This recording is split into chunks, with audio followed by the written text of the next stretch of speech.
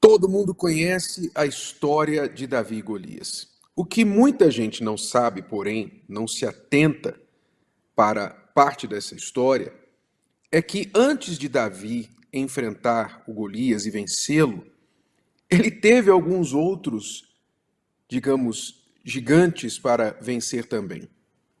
Pois a história nos diz lá em 1 Samuel 17 que quando Davi, que era um adolescente, não tinha ainda idade suficiente para estar no exército.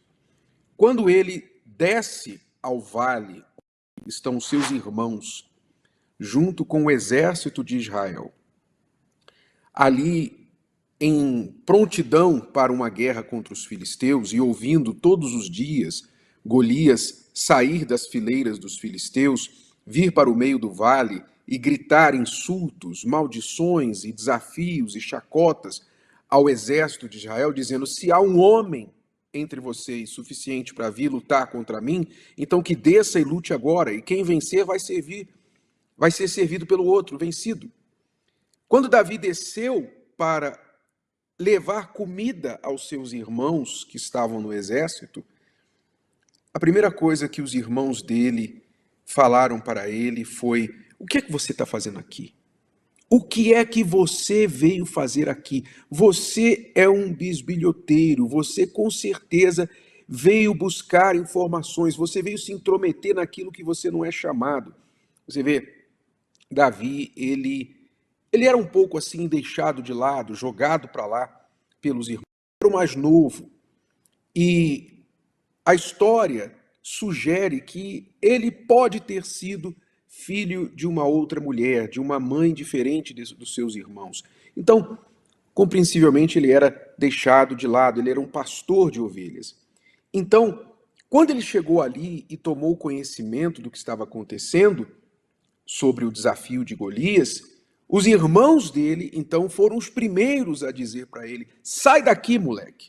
O que é que você está fazendo aqui? Quem você pensa que é? Volta para casa. Quer dizer, nem para agradecer a comida que ele veio trazer para eles fizeram, mas simplesmente já foram brigando com o jovem. Tudo bem, mas não foi só isso.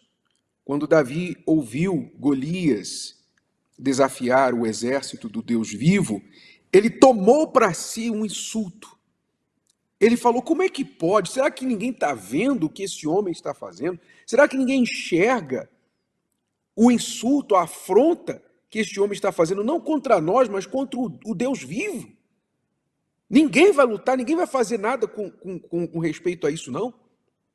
Então, quando ele soube que ninguém havia se candidatado para ir lutar contra o gigante, ele disse: então eu vou. Eu vou. Ele foi na fé e na coragem de que ele poderia enfrentar aquele gigante. Então, logo alguém fez saber o rei Saul o que Davi estava propondo. E quando Davi foi trazido diante do rei Saul, o rei Saul disse para ele o seguinte: olha só as palavras do rei Saul para o único homem, quer dizer, também podemos dizer que não era homem, né? Era um jovem, mas muito mais homem do que todos os homens ali daquele exército. Olha só o que o rei Saul disse para Davi, o único que se dispôs a lutar contra o Golias. Ele disse: contra o filisteu não poderás ir para pelejar com ele, pois tu és ainda moço, e ele, guerreiro, desde a sua mocidade.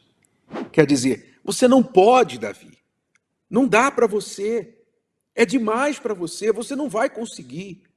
Quer dizer, já vinha de ouvir os irmãos que ele era um mexeriqueiro, um moleque que estava ali que não deveria estar.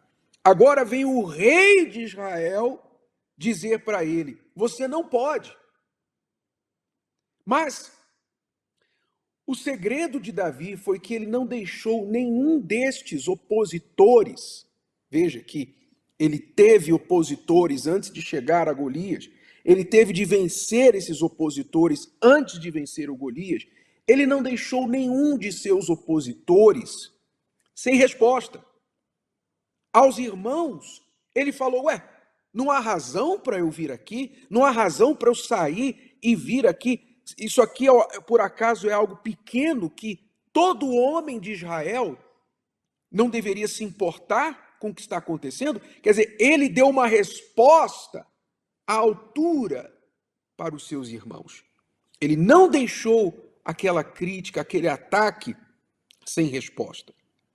E quando o rei Saul disse: você não pode, porque você é apenas um menino e ele é um guerreiro experiente, então Davi novamente não deixou o rei Saul sem resposta e disse para ele: olha, meu rei, o teu servo matou o leão, matou o urso, o Senhor foi comigo. E assim como foi comigo para matar o leão e o urso, vai ser para matar esse filisteu, porque ele está afrontando o exército do Deus vivo. Quer dizer, ele não deixou Saul sem resposta, e nem os seus irmãos que o criticavam.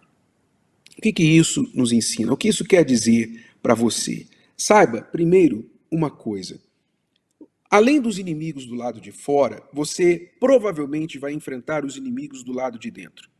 Antes de enfrentar Golias, Davi teve de enfrentar a atitude dos irmãos em relação a ele, o julgamento dos irmãos, achando que ele queria se aparecer, que ele estava se intrometendo, que ele era um narigudo, um bisbilhoteiro, enfim. Nós sempre vamos enfrentar aqueles olhares julgadores de pessoas que estão do nosso lado, de pessoas que deveriam torcer por nós, pessoas que deveriam nos encorajar.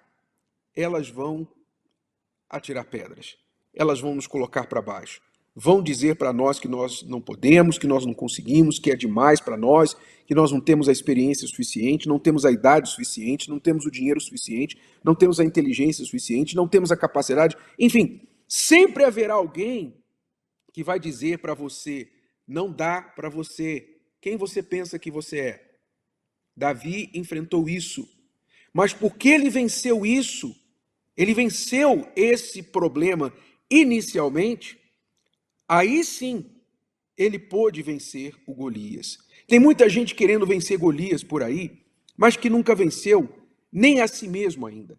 Não venceu ainda os críticos, as críticas, as vozes de pessoas que estão ao seu lado e que ficam, por falta de ter o que fazer, ou por saber melhor, ou falar melhor, ter coisas melhores para dizer, ficam criticando, ficam atacando. Então, se você quer enfrentar os Golias da sua vida, primeiro você tem que enfrentar a si mesmo. Você tem que enfrentar seus medos, suas dúvidas, e você tem que vencer as vozes das pessoas que sempre vão torcer contra e vão menosprezar a sua capacidade. Não vão acreditar que você pode, que você consegue. Não vão acreditar. Porque o ser humano é assim, você não vai mudar isso. Não adianta você querer ficar achando pessoas que vão te encorajar, que vão, sabe, dar um tapinha nas suas costas e dizer: nós torcemos por você, é isso mesmo, vai lá, Davi e tal. Se você tem gente assim, ótimo, levante as mãos para os céus, agradeça e trate bem dessas pessoas. Mas se você não tem, não fique sob a ilusão de que você vai encontrar muita gente assim por aí. Então você tem que vencer, você tem que separar, você não pode deixar essas vozes sem resposta na sua cabeça. Davi deu a resposta à altura para os irmãos, deu a resposta à altura para o rei Saul e foi para cima, foi para a guerra, foi enfrentar o Golias. Saiba, sempre vai haver alguém que vai dizer: você não pode. Como Saul disse para Davi: tu não poderás ir contra ele. Sempre vai haver. Então, já que isso é um fato, você tem que desenvolver razões, respostas, porque você pode. E por que você pode? Porque Davi achava que podia. Não era porque ele achava que era o cara, que era forte, que era capaz e tal. Ele tinha certeza que ele podia por causa do Deus que ele servia. Ele servia o Senhor dos Exércitos, a quem Golias havia afrontado. Esta era a sua confiança, não era no seu braço, não era na sua funda, na sua habilidade. A sua confiança estava no seu Deus. Então você tem esse relacionamento com Deus, você tem essa confiança, esse espírito de dependência, de ideal confiança, aliança com Deus, para ter certeza que quando você sair a campo, diante de um Golias, não importa o tamanho dele, esse Deus vai te dar a pedra, vai dirigir aquela pedra, vai dirigir a sua mão e vai fazer aquela pedra ir como se estivesse teleguiada na testa do Golias. Você tem esse relacionamento com Deus, é nisso que você tem que focar. Não fique ligado no que as pessoas estão falando, não. Fique ligado no Deus que pode fazer o seu Golias vir ao chão. Gostou? Que tal ouvir de novo? Ouça quantas vezes precisar, até que este conteúdo faça parte de você. E não se esqueça de dar o seu like, comentar e compartilhar. Até a próxima!